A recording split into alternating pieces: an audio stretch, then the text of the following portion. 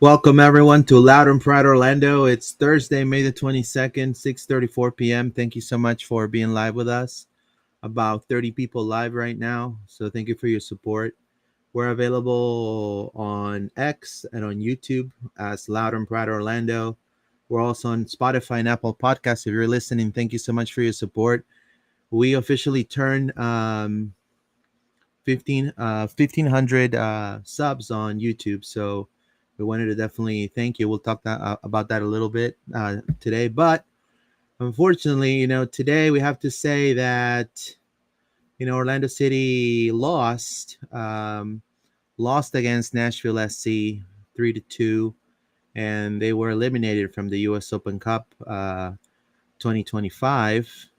Oscar Pareja, I heard a lot of people and read a lot of people saying, you never changed the lineup and blah blah blah. Winning team never changed the lineup. The lineup was the same one. Unfortunately, they put out on the field a really strong lineup, and the visitors rotated heavily, and the fresher legs won this battle. We'll discuss all of that. I'm here with John. Today on LPO, we have the 1,500 YouTube subs. So thank you so much for that. Alex Freeman was called out of the USA camp.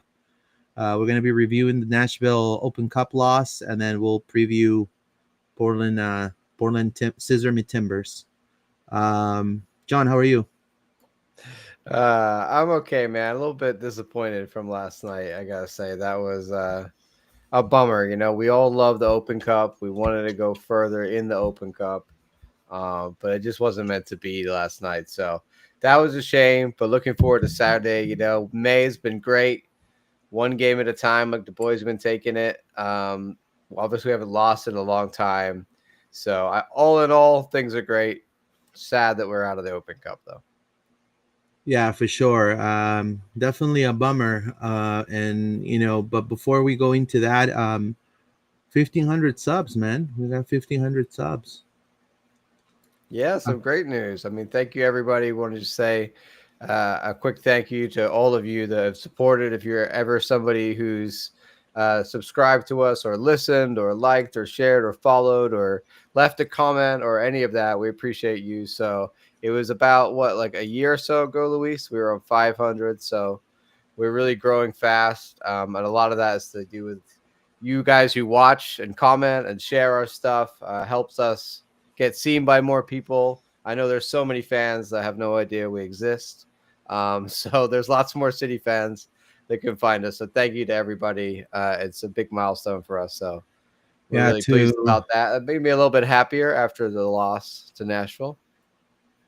Yeah, for sure. I mean, I do want to thank every single person who's watching, who's listening as well, and to everybody that just watched it because they just want to see what we're doing. We also appreciate you for watching and checking us out, and for also all our guests that we had throughout these since we started LPO. So many guests, so many episodes, So the many Pride guests. Pod, so many things have Yeah, happened. to everybody from Haley Carter and everybody, the Black Swans, every single person from the Pride Pod as well. It's been tremendous. We try to be a little different, always analyze the game. That's our priority, to give the most accurate reporting possible, but being ourselves, not being like a very cookie cutter, you know, uh, just being ourselves essentially, John and myself and Paola. But I think that the formula is great. Also, thank you for everybody that listen and watch since day one. I know there's been a lot of changes, and we appreciate you for sticking around and for being also with us. And I know you're definitely the faithful. And with that being said, we strive for greatness, and we strive to be the number one, and for undeniably everybody acknowledging our existence, and we'll strive to that. But until then, keep supporting us. We're gonna definitely continue to do our best and to put all the efforts to see these two beautiful clubs blossom to a club that are, to me, I feel personally, on a personal note, I feel they already are two phenomenal clubs, being run by great people. And we have the best crowd, both for women's soccer and for men's soccer. So kudos to you guys, and we do this for you. So just throwing all the positive vibes as possible. Do you want to say anything else, John, regarding the pod? Yeah, I just want to say, like, obviously, me and you, Luis, we've been there. Like, I feel like we're part of the old guard of Orlando City, right? Orlando City for me was once not like it was just a dream. It was like, like in Gladiator, where you thought, Rome was just once a dream, right? Orlando City was just once a dream. It was just once an idea. And we saw it blossom in USL, and we saw, the grassroots movement that came place, and so many fans came in and joined from that time. But now there's like a whole new wave, a young generation of fans, and some of them are playing in the academies. Some of them are just, young soccer fans, whoever they are. And a lot of them I know also watch our show. And so that really, for me, I think is awesome, because I love to see that people are, not only following the club, but they're also young people are following the club and getting involved, and that next generation, because that's how this club grows. That's how it gets bigger. That's how, fathers take their sons, mothers take their daughters, that next generation of Orlando City fans. That just really excites me, because we're getting to that point now, Luis, where we've got some real history, and I'm happy to be part of that here with Loud and Proud. And everything we do is just to be part of the community and serve for a place for you guys to come and talk and discuss, and hopefully give you some opinions from us. And I hope you guys enjoy the show. So we appreciate Yeah. all of y'all, and it's a big milestone. So we're really happy. Yeah, definitely. Just to close on that subject, again, thank you to John, to Paula as well, because they definitely made the show 30 million times better. I think their input's been tremendous. The changes that were implemented to make the show better, and not only the program and the podcast, but also it's having them as friends, I think, is very valuable. And what they contribute to this is tremendous, and it's been night and day. And yeah, big things coming. Another season, hopefully. It looks like it's going to be a very successful one again. So let's keep pushing. Let's keeping the faith. And what we want to do is, yeah, we're going to give our opinions. Some opinions you may not agree with. Some opinions you may agree with. You may not like our takes, and that's fine. You may really like our takes, but what we want to do is we want to be a positive entity. It will be really every Monday sit down and be like, oh, everything is negative. We got to look at also at the overall, how we're doing as a club. And I think we're on the right path. It is a bummer what happened with the US Open Cup, which is a very respectable cup, and it definitely, it's a blow, and we'll discuss all of that later. But there's a lot of things to definitely move on and to focus on now, because we have a huge chance to get the big one this year. And I'm not just talking, because I think the boys are proving it, but we'll dive into that in a little bit. But going into that, into segue, we're going to read your comments as well. So make sure you drop your comments, whether it's positive or negative, whatever it is, just express yourself. If the chat's right there for you, you can subscribe. And we're going to go and talk about Alex Freeman, because John, Alex Freeman, man, I'm telling you, I mean, you've been here since day one.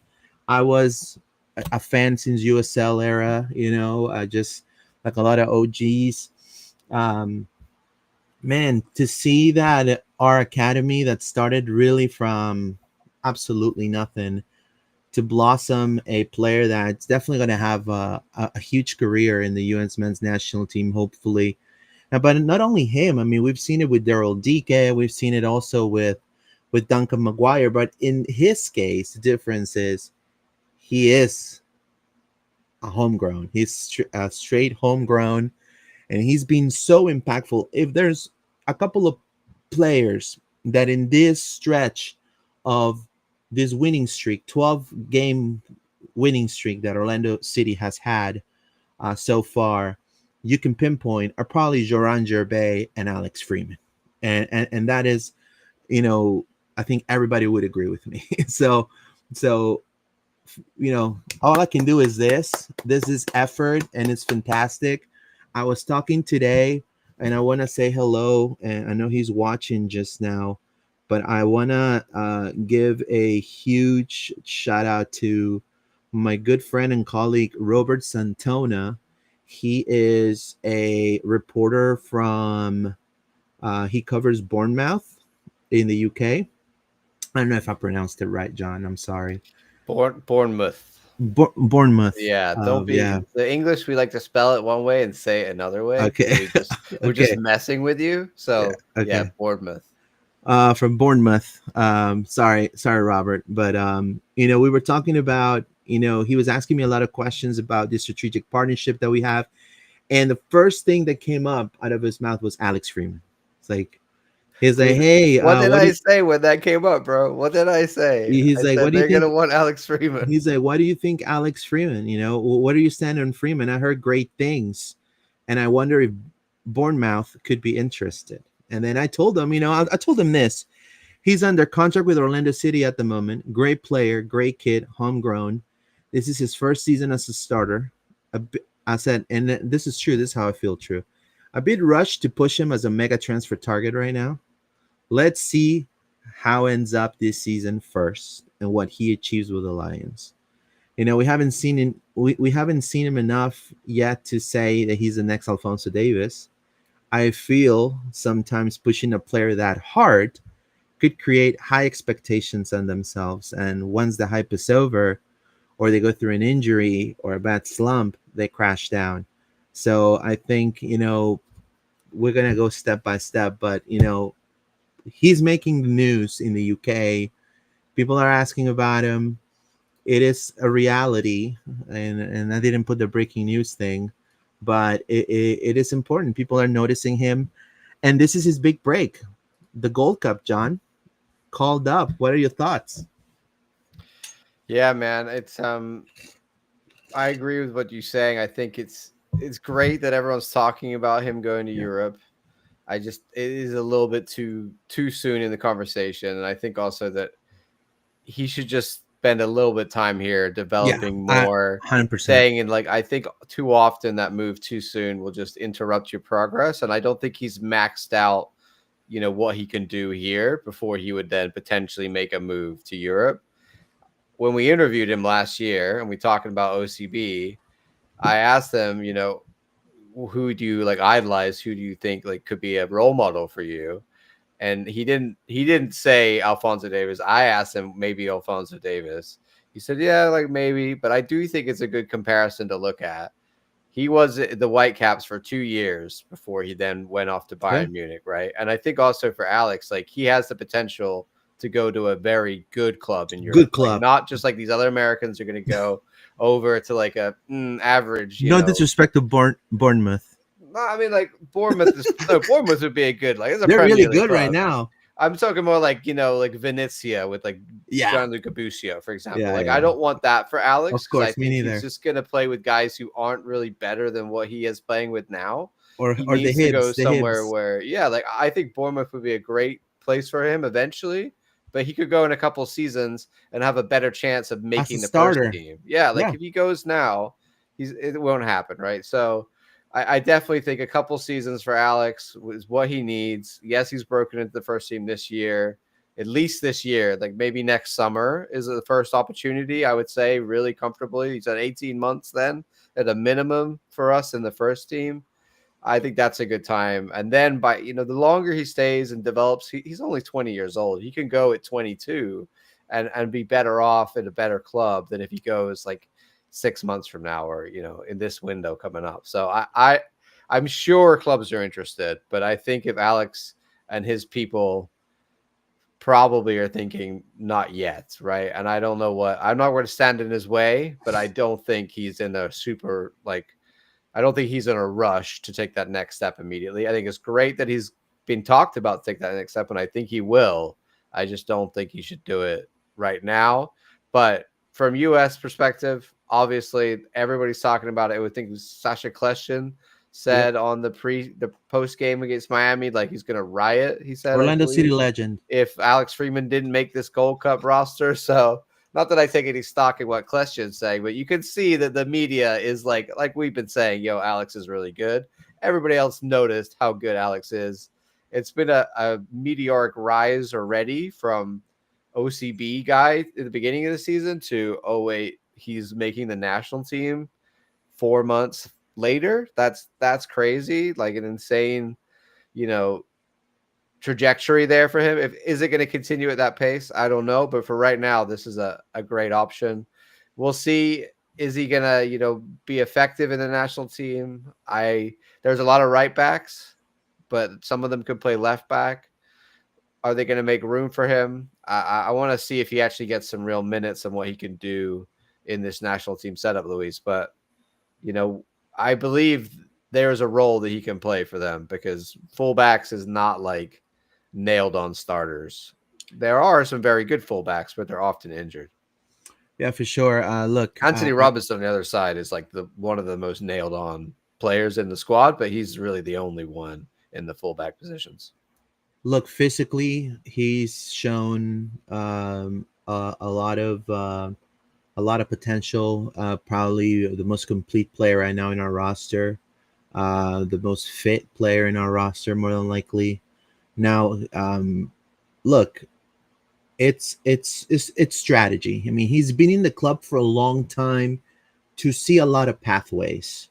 I believe all the pathways lead to the promised land, in my opinion. It's just a matter of how you go about it.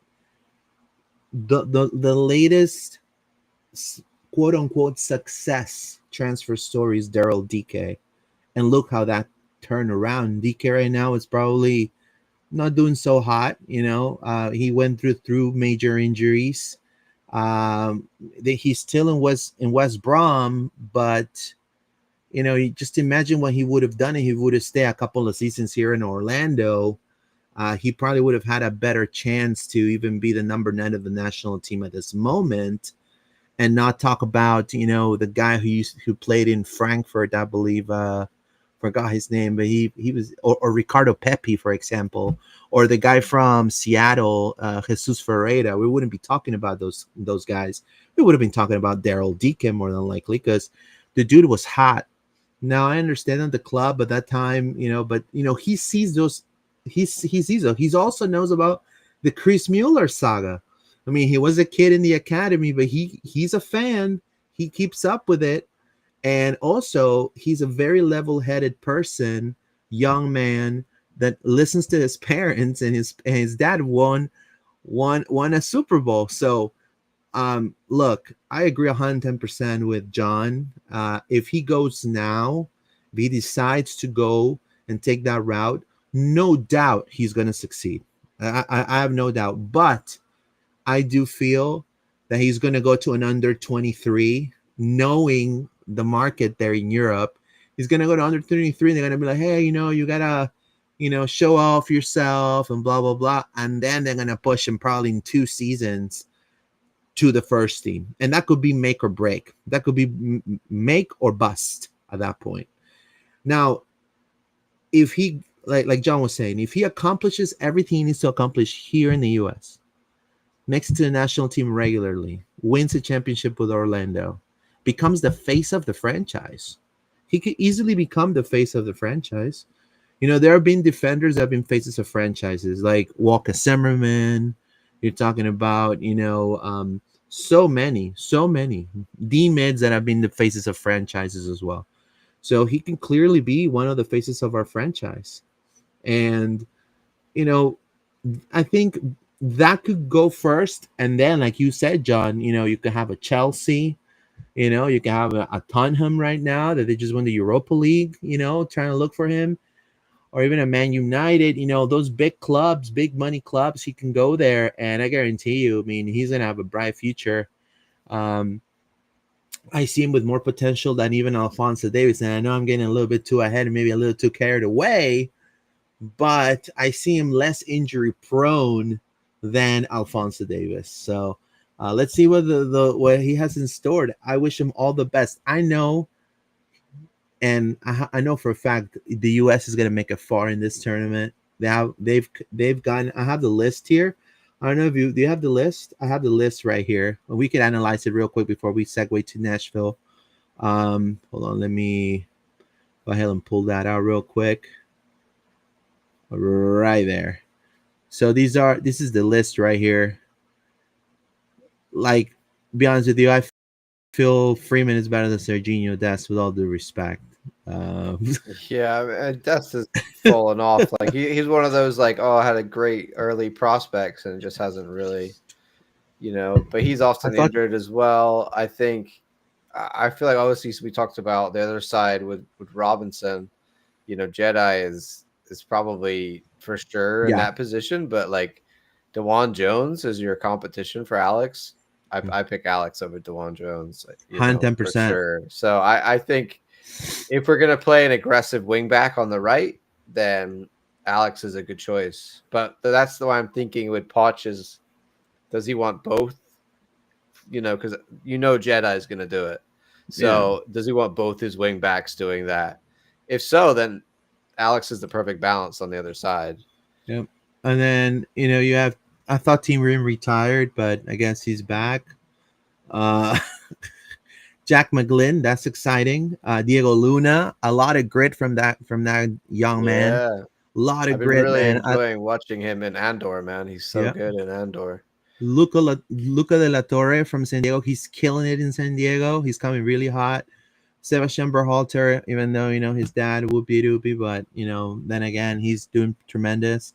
And then right here up top, oh yeah, Haji Wright. I mean, look, no disrespect, I feel Haji Wright, Aggie Man. I think Daryl Dike is 30 times better, but again, Daryl Dike has those injuries, man. And just if he would have waited a little longer, dude, I would have felt that he would have totally, it would be a complete different career, because we have a lot of size, Aggie Man, Haji Wright, but bro, they can run. Be honest with you, they're like this. Have you seen in Cirque du Soleil those guys on those tilts? And they walk with the tilts, and they're like super tall. They're kind of like that, and they're just good by doing headers and things like that and finishing. But Balogun is the most complete forward that we have right now. But it's going to be interesting. Brendan Aronson, also Quinn Sullivan doing good too. So it looks like a solid training camp roster, in my opinion. So not bad. He has a huge chance to make it. Based on what I mean, based on what I can see. I mean, I'll read the comments of the people that are, I think it's just he makes that next step. That's what we need. So for sure. All right, so we're gonna then now talk about the unfortunate news of Orlando City regrettable 3-2 loss to Nashville Soccer Club in the U.S. Open Cup.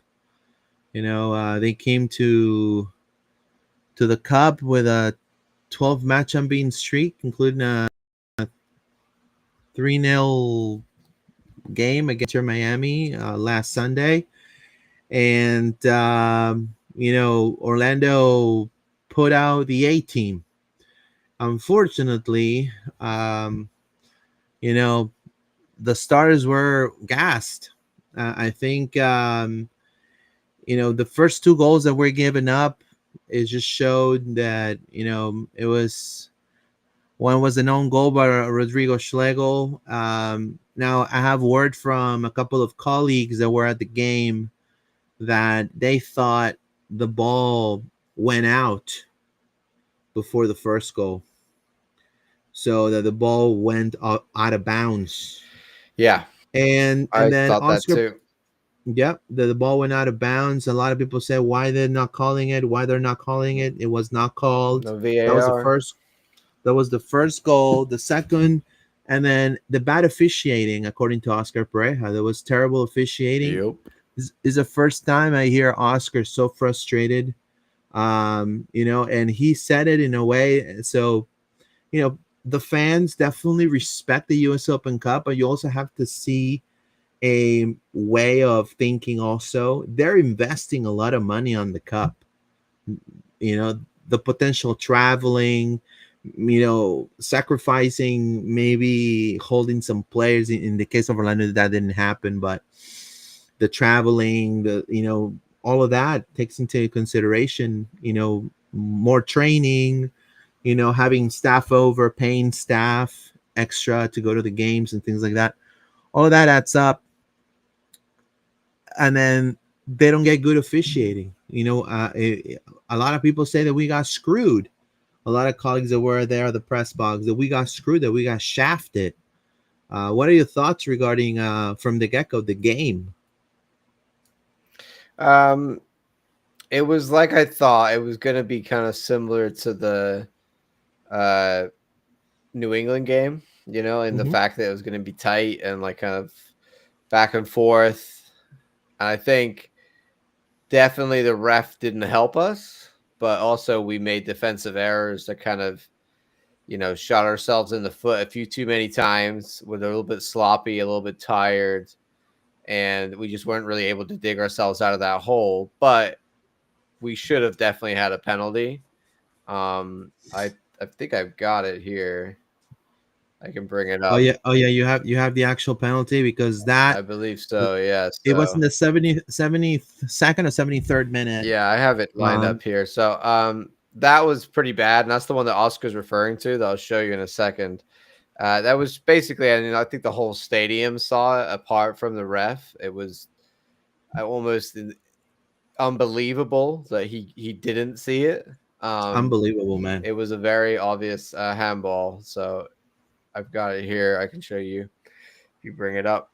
But yeah, that was bad. And then also, like you said, on the first goal, I believe you go back. Well, the ref can't ball really went out of bounds. The ref can't really see through all the bodies, so he doesn't know if it's gone out of bounds or not. He's going by the linesman. The linesman also can't see down the line because Jansen's blocking his view, so he doesn't put his flag up. So the ref never calls it. But if you had VAR, you probably go back and look at it, and the VAR would be like, actually, it went out of bounds. So that would have been no goal for them there potentially. So they got lucky on that one. Then this here, I think there was another handball shout as well, Luis, but I can't remember what minute that one was in. But this one is the one that Oscar's referring to, and this was, almost stone cold. Is in the box, his arms up in the air. It's pretty bad. So I'm gonna jump forward a bit, see if we can find it. I think this is it coming up. Can you maximize it? Some space in those areas to dictate play.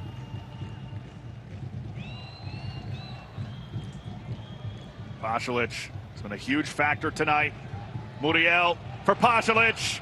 Applewhite, and then that looked like a... That looked like a handball. We'll put it back again. Here you go. So Pasalic is running in, and then Muriel plays the ball, and it comes off the player. Off one player from them, and kicks it directly into another player and hits him square in the arm. Everybody can see it. We all look at the reaction from the players. They're all tapping their arms, screaming at the ref. Everybody saw it. Even Brekalo back here saw it, and even Freeman yelled at him, and he was a DICK, man. He just waved it away. And his arm is up here. He's away from his body. The ball hit his arm. It doesn't matter if it's intentional or not. If your arm's away from your body and the ball hits your arm, it's a penalty. And so that one, if Brekalo can see it, and he is like 30 yards or wherever he is, he's miles further away than the ref. So I don't understand how the ref doesn't call that. Also, all night, Luis, he was doing this stupid...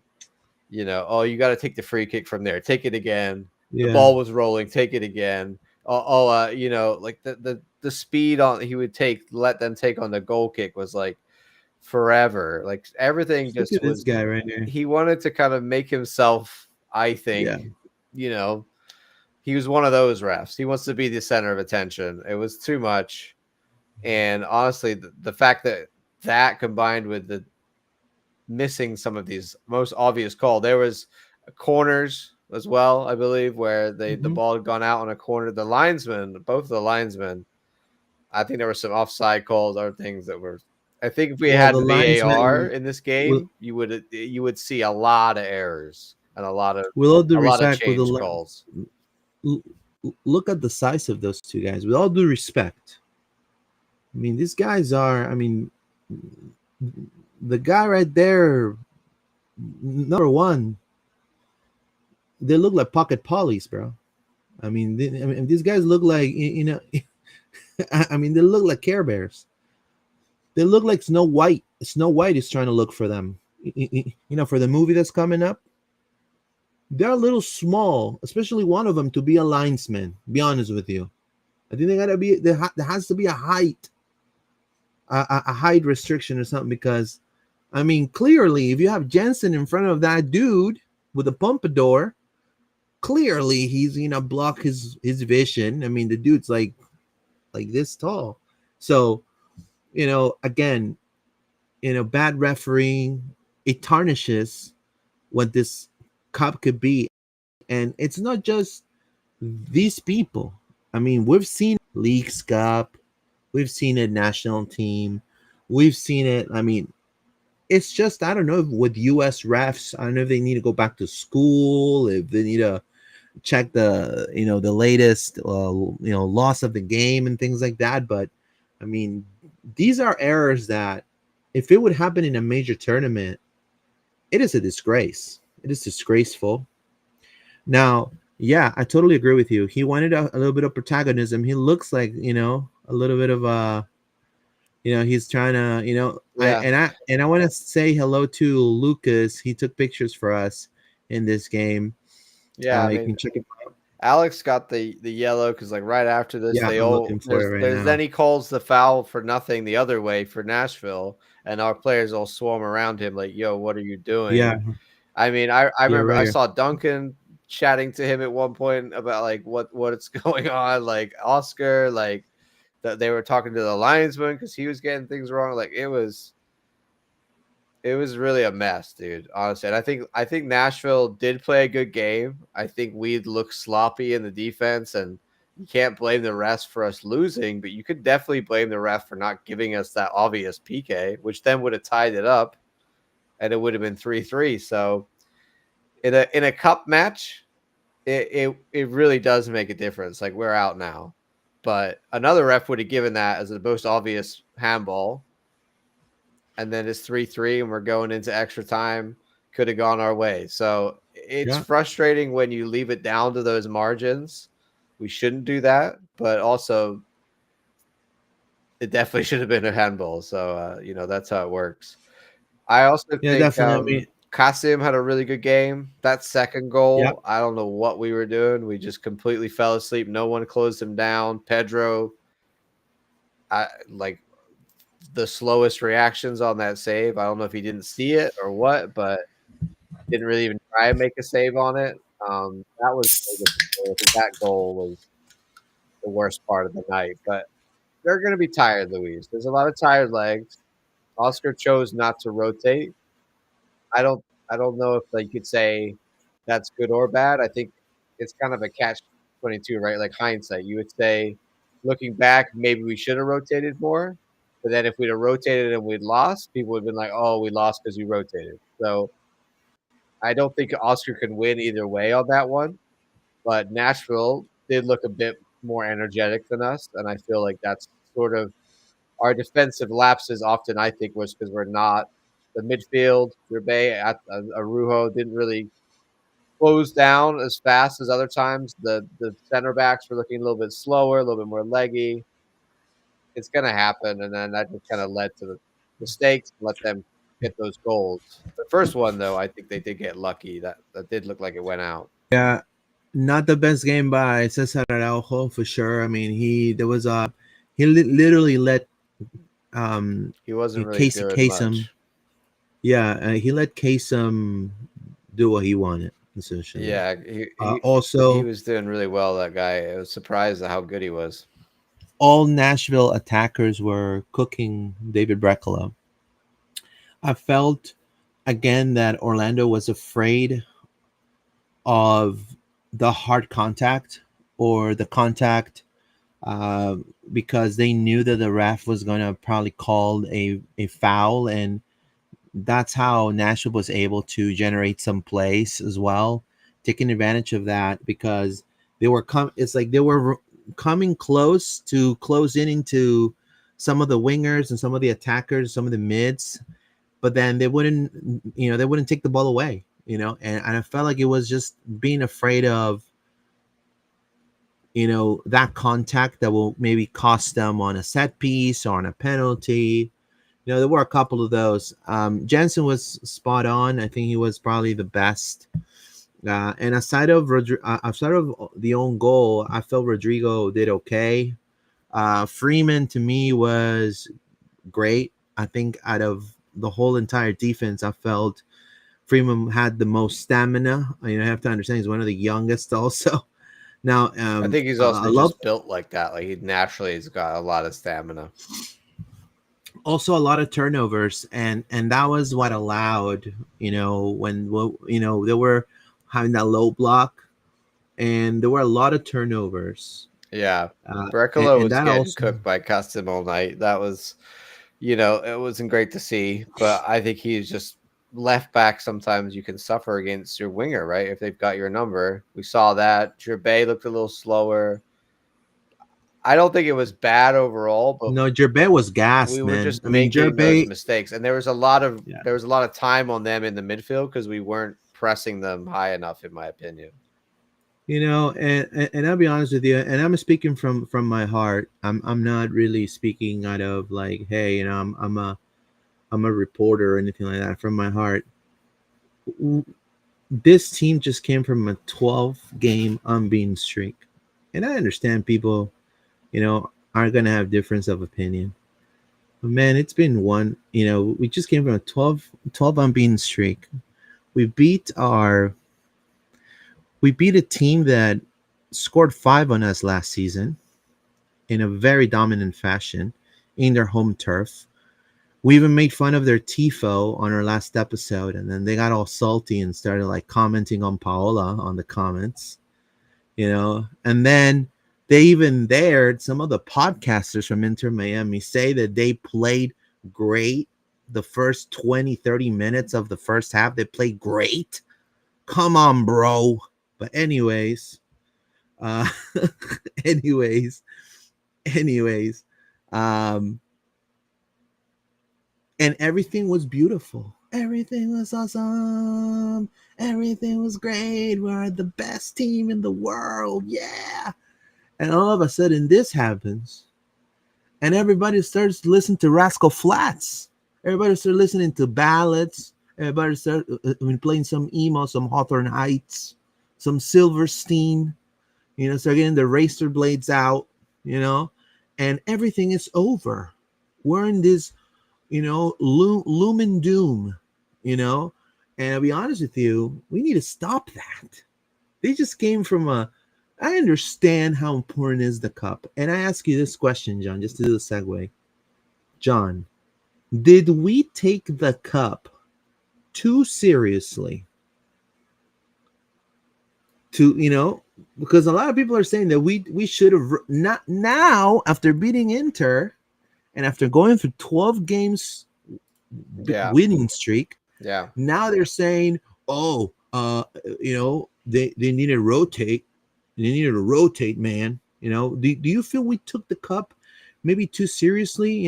Is that bad, taking the cup serious? I don't know. I'm just asking you. Did you No, feel I think it was good. I think it was just because we were, of the teams in it, we were one of the top favorites to win it, right? So, but I also think that people are underestimating how good Nashville are this year. I think they're taking a real step up. We talked about that. I also believe, they were on a 6 or 7 game unbeaten streak themselves. May has been brutal with the amount of games we've had to play. And usually when that happens, we start like losing games. So like, I'm very pleased with the fact that we're coming through May with this many wins. Like last week, we got 6 points beating our rivals. So I think obviously the disappointment that the game we had the game we lost was the game that if we lose, we're out, of course, right? In May, like that was what happened. But a couple of weeks ago, we were so excited smashing, the Rowdies that we beat in Atlanta. We beaten every one of our Southeastern rivals apart from Nashville. They're the ones who got the better of us. But like I said, I think they've gotten better. Don't underestimate that. We still played really well. Like defensively, it was poor, but we still scored 2 goals. We could have had a third. We lost 3-2. It's really not that big a deal. Like I'm sad we're out of the Open Cup. Of course, I think we could have gone far, but also I think Nashville could win it. So if then you're like, okay, we got knocked out by the winners 3-2 when we look back at the end of the season, everyone's just going to shrug and go, whatever. If we win MLS Cup, Luis, no one will care about this. No one will care. So I am sad, but I think right now we're doing pretty well in MLS. And if that continues, especially with the amount of games that we've had, like we've got Portland this weekend, then we got to play Atlanta again on Wednesday. Then we play Chicago again after that. So we're in the middle of this Wednesday, Saturday. If we can get 3 more wins and we look back and we say the only loss we had was the Open Cup was one, Nashville. It's really, a minimal thing. So right. If we were losing in the MLS and this happened like it did when we lost to Charlotte in 23, that was like, bro, we can't even, we're out of MLS Cup. Sorry, we're out of Open Cup, and we're doing terribly in the league. It softens the blow, given the fact that we literally just beat Miami 3-0. The state of the situation with the club right now is extremely positive. It was just one of those nights, man. We made too many mistakes, and we couldn't get ourselves back in the game. The ref hated us. Nashville came to play and played really well, and I got a lot of respect for them. I think they have a good coach too. They're a very similar team to us, Luis, in my opinion. They're very balanced. They got a good defense. I agree. They got good attackers. They got a good coach. They're gritty. They work hard. They press. They played a better game. That was it on the night. So it is what it is. Sad. But Tesho Akindele too. Yeah. Dude, what kills me is freaking Teal Bunbury is playing for Nashville. Like, dude, that was Teal Bunbury on the field right now. Bro, he's Tesha 2.0, man. But yeah, and also Nashville, like, we don't like them. Their fans on social media are really not, there's a lot of bad animosity going on there. So we wanted to win this one for a lot of reasons. But if you just said to me, would you rather have lost this game and take 6 points last week, I'd have been like, I'd take that. If you're like going to lose to Miami, but you beat Nashville and go through in the Open Cup, I don't know. It's hard to say, Luis. So you can't have it all. I wish we could. Right now, something's got to give, and this happened to be what it was. Let's hope we can bounce back quick against Portland. I like what Paslich said, man. He was like, and that's what Oscar's like. We're one game at a time. Yeah. That's all you can do. One game, yeah. So now all focus to a West Coast team, which is nice because, in my opinion, not as good as some of these top East Coast teams that we've been battling recently. Yeah, for sure. I mean, look, if you give me a choice, who would you like to, I would love to stay in the U.S. Open Cup because of the prestige of the Cup, of our history in that, with that Cup. I mean, we won in 2022, but we also come from the USL. And so for us, it's important. That Cup to us is super prestigious, 30 million times better than the whatever Leagues Cup playing against Chalupa FC and Necaxa and all that stuff, right? So with that being said, yes, but I agree with John. I mean, look, we're now good momentum offensively. I think the everybody gave their all. Honestly, Jared Bay is becoming a fan favorite, and I think he deserves it. But he looked super tired after the first half. I mean, he couldn't go on. And I mean, it's either you give your all, you go. Now obviously these are professionals, but also these are human beings. So you have to also understand these are human beings, and we ain't Real Madrid. We ain't Chelsea. You know what I mean? So at this point, I agree with John. I mean, if something's got to give, and okay, we got to eliminate it, let's move on. And let's now focus on Portland and let's just win. This upcoming games are coming up. You imagine if we don't drop the ball in the MLS? We'll be like, again, top three, top four. And that's where we strive to be. I mean, when Facu Torres left, no one gave two flying flips, that we were going to be in this scenario. Everybody was already throwing the towel. The season didn't even started. Oh, we haven't signed players. What's going on here? And look, Pasalic. I don't know if I trust Pasalic. I don't know about that team that he came from. Look, my left foot is my weapon. Bang! In your face, son. Right? Boom. Same. Oh, Atuesta washed up. Palmeiras, I don't know. All these drama-rama, man. Come a chameleon. I'm serious. But, and look, we're doing really good. Now, obviously, it sucks to be out of the cup. But like Pasalic said, and, again, he's showing a lot of leadership qualities too. I mean, no wonder why he was in the Borussia Dortmund system.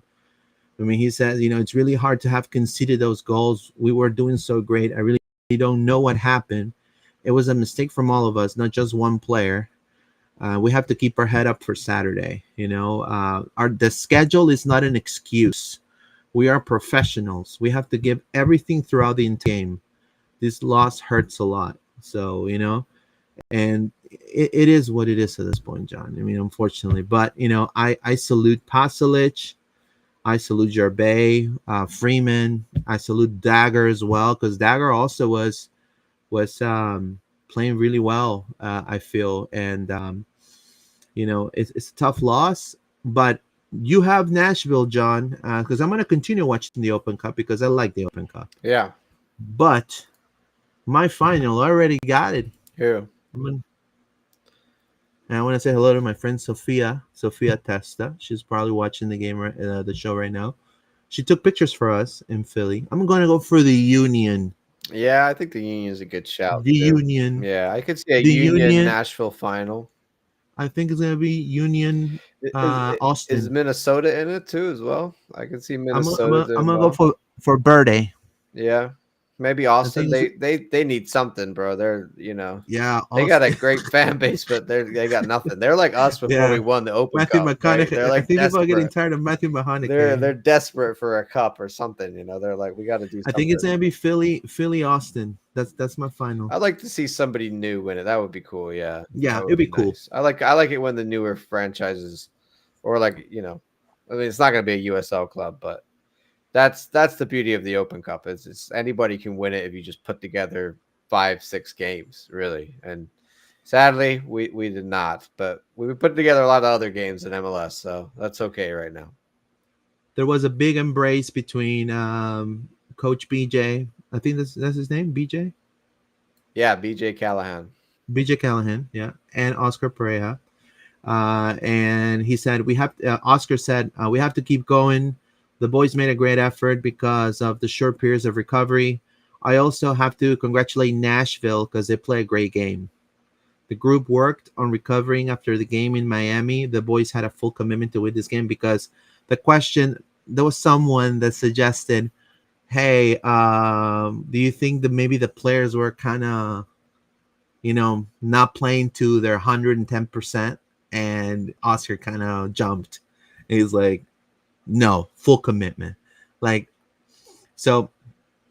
they had a big embrace after the game, and there really wasn't any animosity between both teams. I think at that point, it was just a matter of shake it off and move on. So I'll do the same. I'm ready for Portland. Portland's not doing too hot. We have a comment from Alex Yu that says, besides the ref, Araujo had a pretty bad game. His passing was below par. He doesn't look good. There you go. Thank you, Alex. Appreciate it. He definitely looked like he was just too tired to play in this one, or he just couldn't. And Gervais too, yeah, it just shows if they're not got the energy, then the performance is just gonna fall down. It's any player it's gonna happen with. So I think it's just a shame it had to happen in this game, right? We're playing so many, and then this was the one where tired legs finally caught up to us.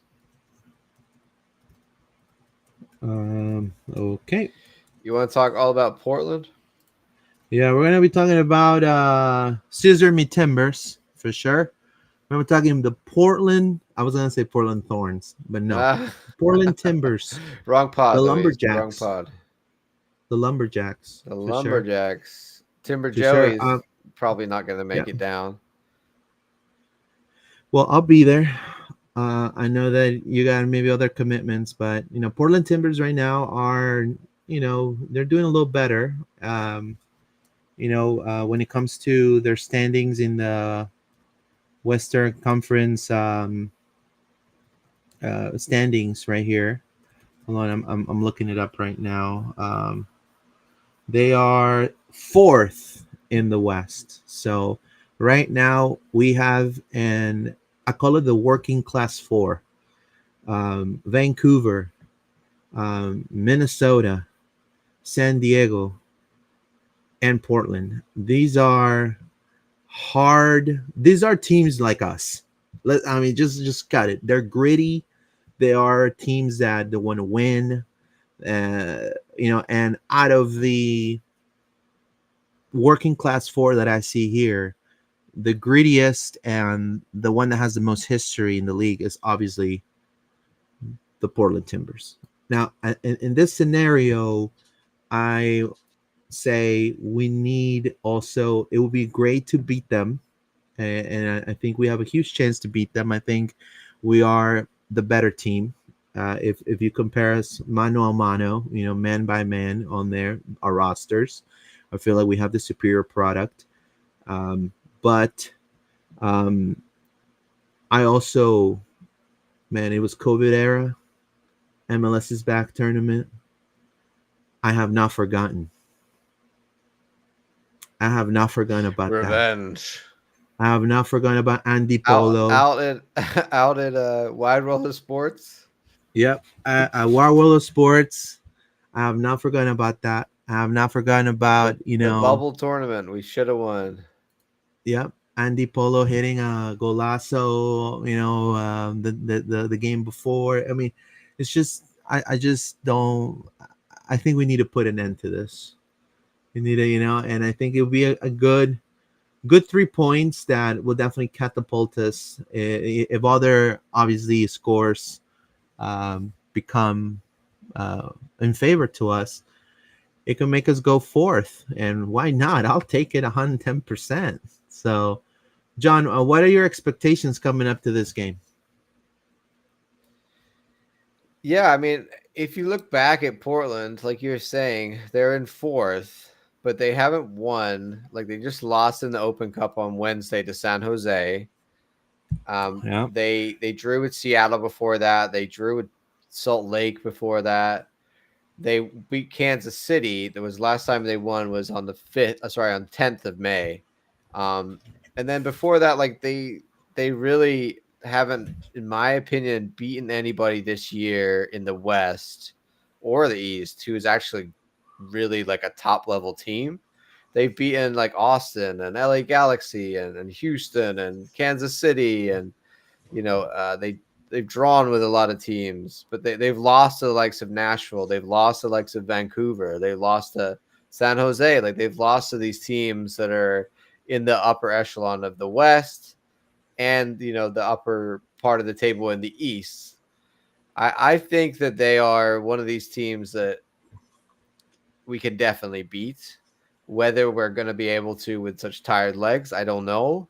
I think we have to rotate in this one. I don't think we have a choice anymore. I think Oscar needs to freshen up some legs in the midfield, maybe some fullbacks, maybe some attacking wingers as well.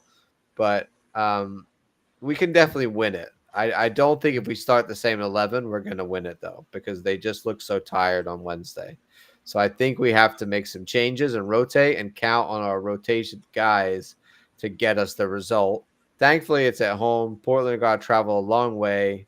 So all of these are the factors that I think. But I believe Portland's record on the season kind of is misleading because, as I said, they haven't really beaten anybody who's a top team in the West or East yet.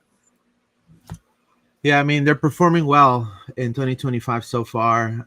6 wins, 4 draws, 3 losses from 13 matches. They're fourth in the West, 46% win rate, 18 goals scored in the last 7 matches. They had a 4-2 win over LA Galaxy, which right now it's the Rapunzel of the MLS, unfortunately, sad to say.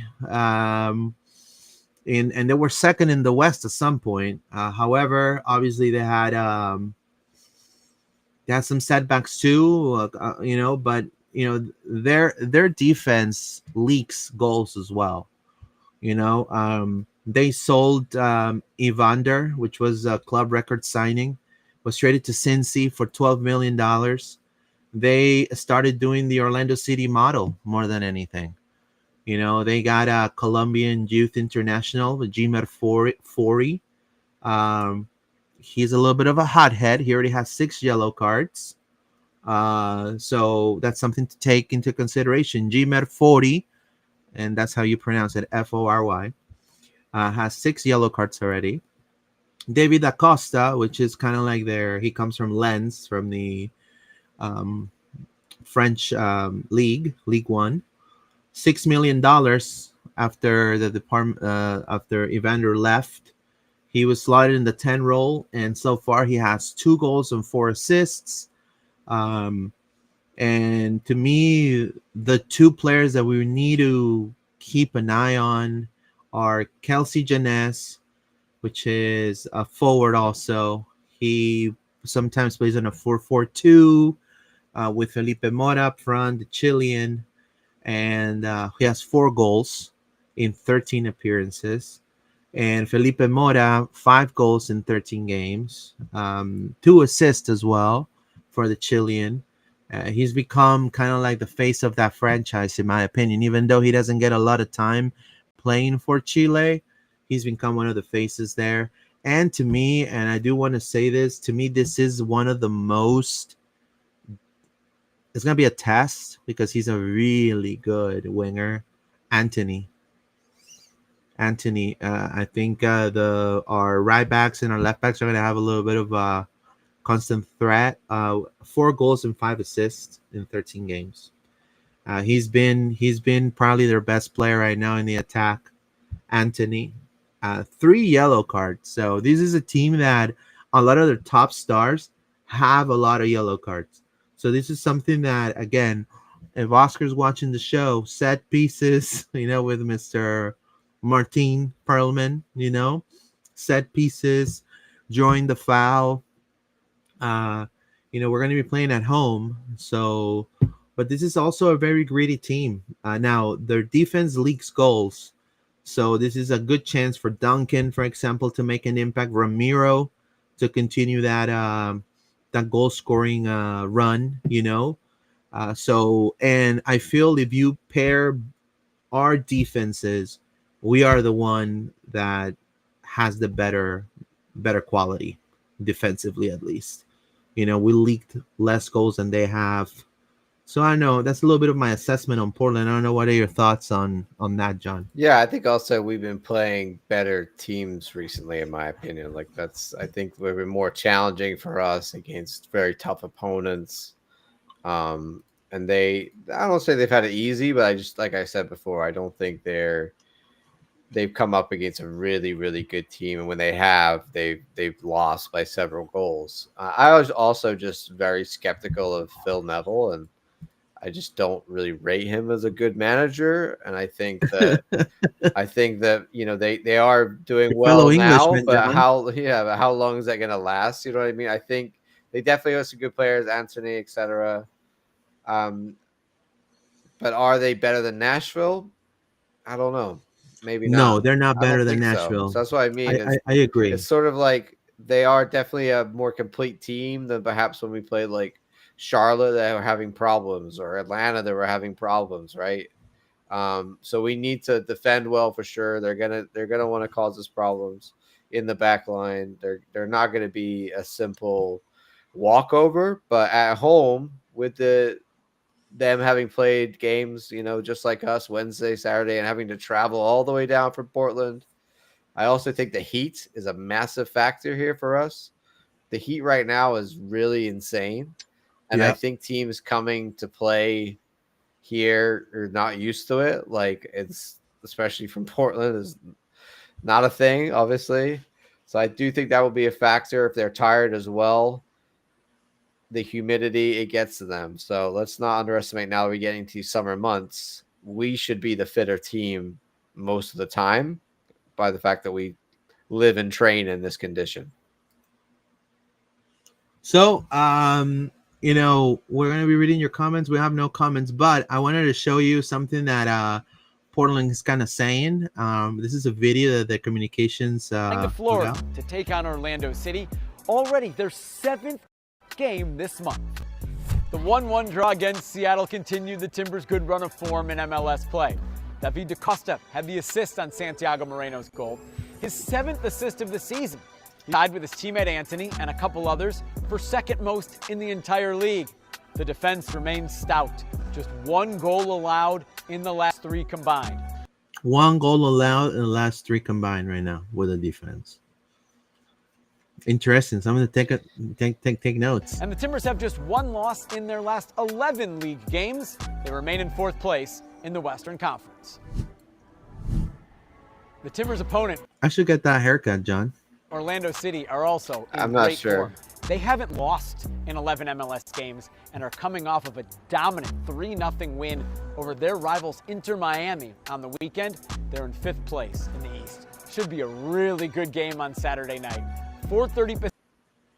There you go. Well, I do want to say there's 3 players, John. So you're aware. I should get that haircut. You should. There's 3 players that your fave, your fellow Englishman, coach.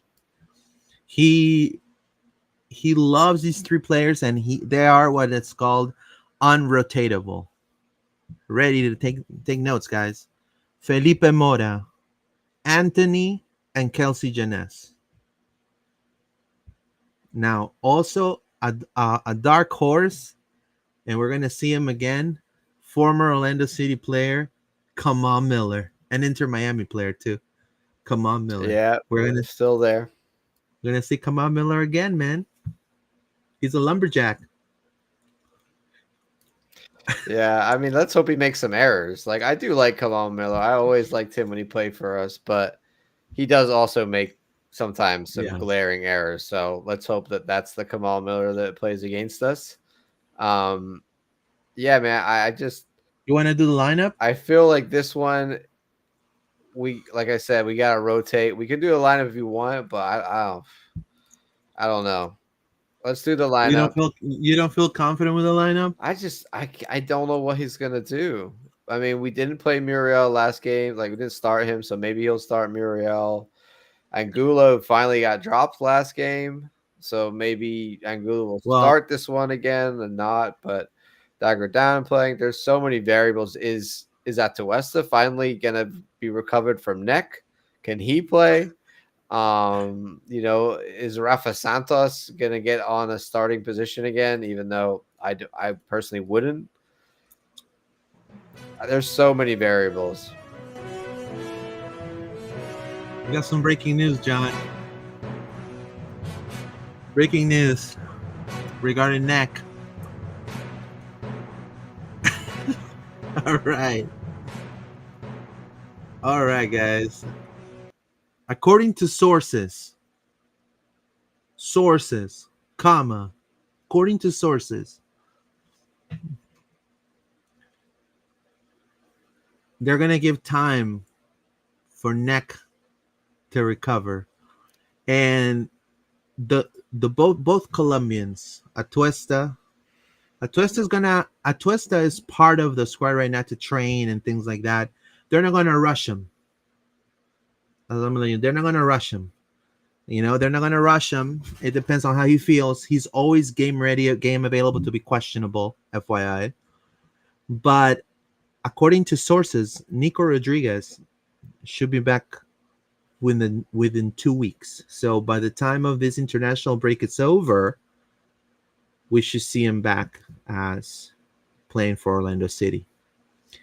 So, and also there's a possibility that Atuesta, if he feels, oh, I still feel a little sore on my neck, they're gonna give him that break too to recover. But between the two, the one that looks closer to comeback, it's Edward Atuesta. Like he's already he's already with his teammates. He's doing working with the ball and playing some of them.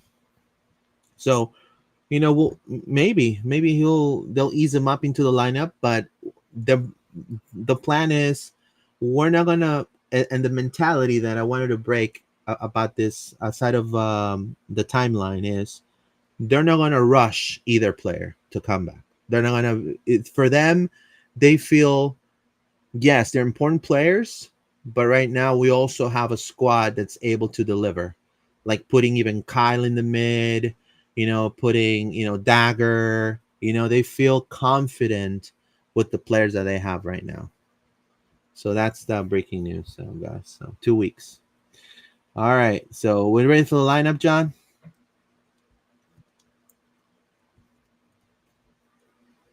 Are you there, John? Can you hear me? Yeah, sorry, I was muted. Yeah, I'm ready. Oh, yeah. Okay. So Galese, who do you have as your back four? I got Freeman. I think Freeman will still play because he's like an engine. I think Brecalo should probably get a rest, especially because he's had history of injuries with us in the past. I don't want to push that too far. I think therefore Rafa Santos kind of has to play at left back. I think we might see Rafa Santos. I don't love it, but I think it could happen. But would that be Anthony up against Rafa Santos? Oh my God. Oy. I'd rather put Kyle Smith. Do that. Seriously, put Kyle Smith there. No lies. I think Oscar doesn't see the. Yeah. Right now, I think for Oscar, Rafa Santos right now it's not a starter. Him and Angulo are sticking out as these two sore thumbs of like we're not contributing right now, both of them. Obviously, I think, and it's a shame because they have both of them contributed a lot in the past and look good at times in the past, but right now their quality is not showing through, and they're looking like the weakest parts of our squad. It has to be said. So I didn't hate Dagger down as a left winger. I think that was fine. I think I like it. No Nico. If you don't want to play Angulo, then I'm fine with put it. But I think maybe Angulo starts this one and Dagger goes in the mid if they want to rest some people. Yeah, you're probably right. That's why I just got necessity. Yeah, they need Dagger there. We're probably gonna see Dagger. Dagger right here with I think and Cesar. I think they might rest Cesar.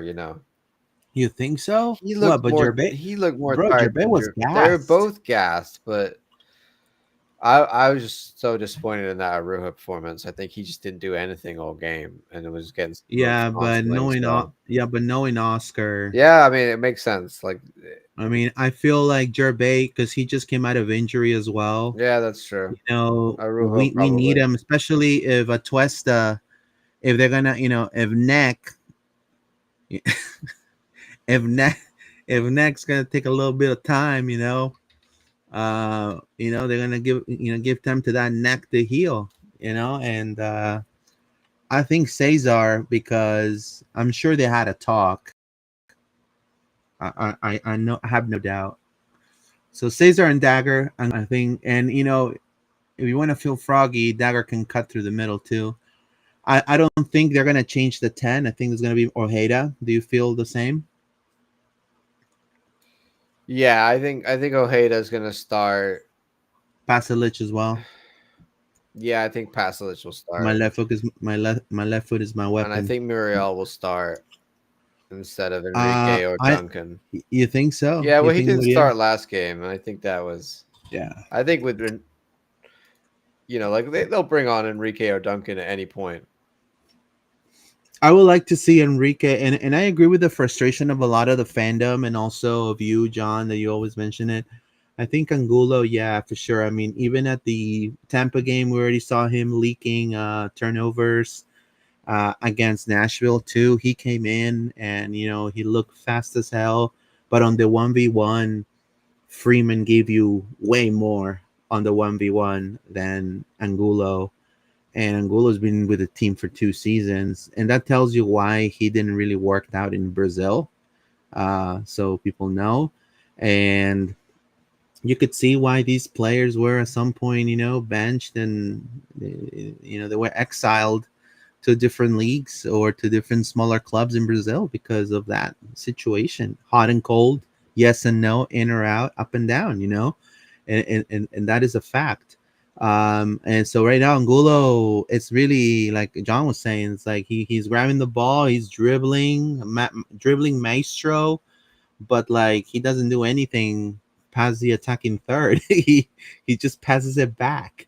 And so we need a player that's going to generate as much as Freeman generates on that right side, and he's been tremendous. So I would like, and a lot of fans have also suggested this on social media, Ramiro on the wing, and we've been saying this for a while. I think Ramiro on the wing will be great as kind of give him another function, kind of like Dagger. He plays several positions. Why not Ramiro be he didn't do bad against I believe he played as a left winger in which game, John? I think he for a little bit. Did he play against Tampa for a little bit as a left winger? I believe. I think so. Yeah. I don't know. There was a substitution that Oscar did. It was Angulo for Ramiro. So many games, and he went to the wing. Well, I think it worked. Yeah, it's a shame Nico's not here right now, because I would happily be rotating him in as well. Like we have this issue with the wingers, and him just not being fit is frustrating, because I would love to put him in some of these games. I think I worry a little bit about Schlegel and Jansen playing another game. And that's where I think this is a big problem, that we're playing Brecco as a left back, and we have 2 center backs. We have no backup center backs at all. Like, Thomas Williams has not been called upon ever. So, Kyle Smith is the guy that we're putting him at left back. So we can't rotate our center backs, it seems like to me right now. It's just not possible, because we don't have that depth. Now, I do want to say also regarding, some of the games, U.S. And there was a question right here from Mr. F. Thank you so much, Mr. F. Do we know when the U.S. training camp starts? Hopefully he can play. Hopefully can play him for Atlanta still. So I'm assuming you're asking about Freeman. So it's June. To give you June the info, it's June 2nd is when the training camp starts. Yeah. And the final 26-man roster, it's due on June 4th. And the first match in the Gold Cup is June 15th against Trinidad and Tobago, where Kevin Molino is from. Big star. Forever a Lion. So, for sure. So, that was that info. Yeah, me too. I mean, I think it's also a good opportunity to maybe try Dagger as a right back at some point, maybe for the next couple games, but maybe that's going to be the first substitution. It could be, but I like this lineup.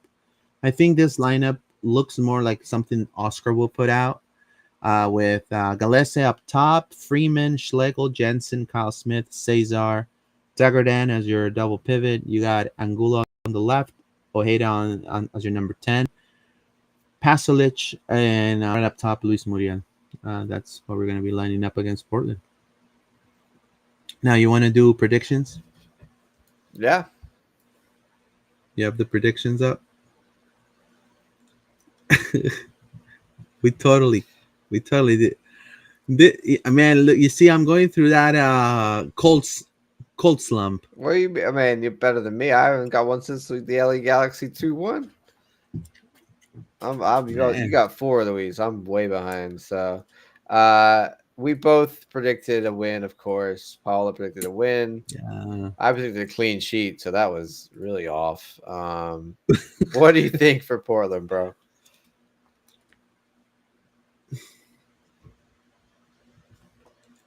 Two 0 Orlando. Clean sheet, baby. 2-0 Orlando. Okay, I like it. 2-0 Orlando. You're taking mine from last game. 2-0 too? I want to take yours from last game. I still feel like I've pasted in the agenda. I still feel like we are like a three. We're basically a three goal a game team right now. Like we didn't get 3 goals against Charlotte, against Nashville, but we could have.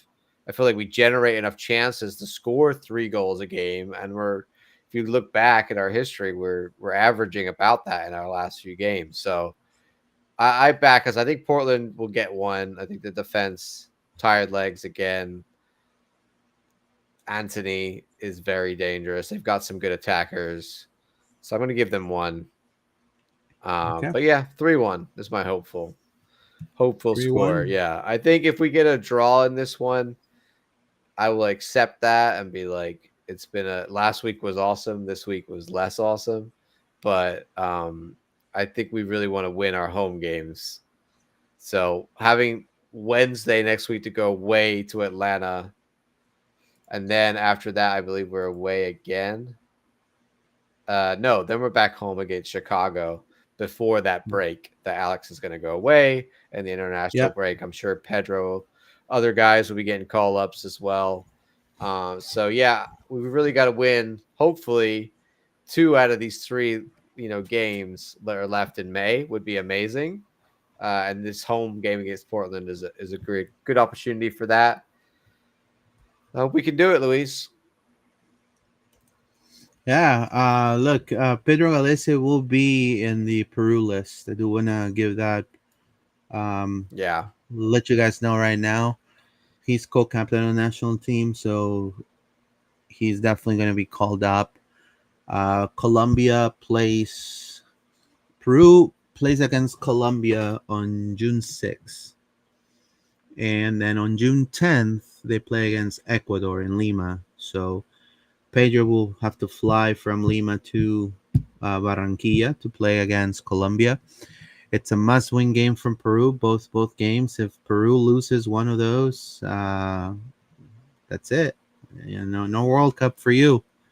And when it comes to David Brecalo, he's in consideration as well, but they're playing a Nations League, I believe, Luxembourg or Slovenia, also on June 6th, and also on June 10th. Brecalo is going to play against Bosnia and Herzegovina. So June 6th again Luxembourg, and June 10th against Bosnia. So those look like and obviously Freeman, right? It looks like the most. The rest of the players that we have, I don't know if we're going to have another call up. Uruguay, I don't think is going to call Cesar. So yeah, we're going to have maybe aside of Pedro and Brecalo, that we'll have full squad for that break.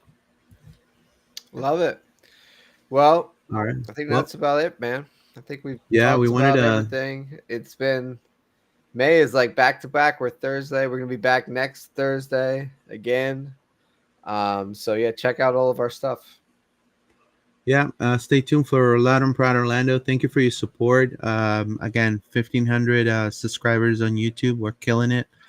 We want to do special stuff. It's going to be, probably get-togethers and stuff like that we're going to be doing with the fans. We're going to be letting you guys know in the next couple months. Also, hopefully, some cool stuff, when it comes to, maybe a little sticker here and there. I don't know. We'll decide. Maybe a hat. I don't know. A scarf.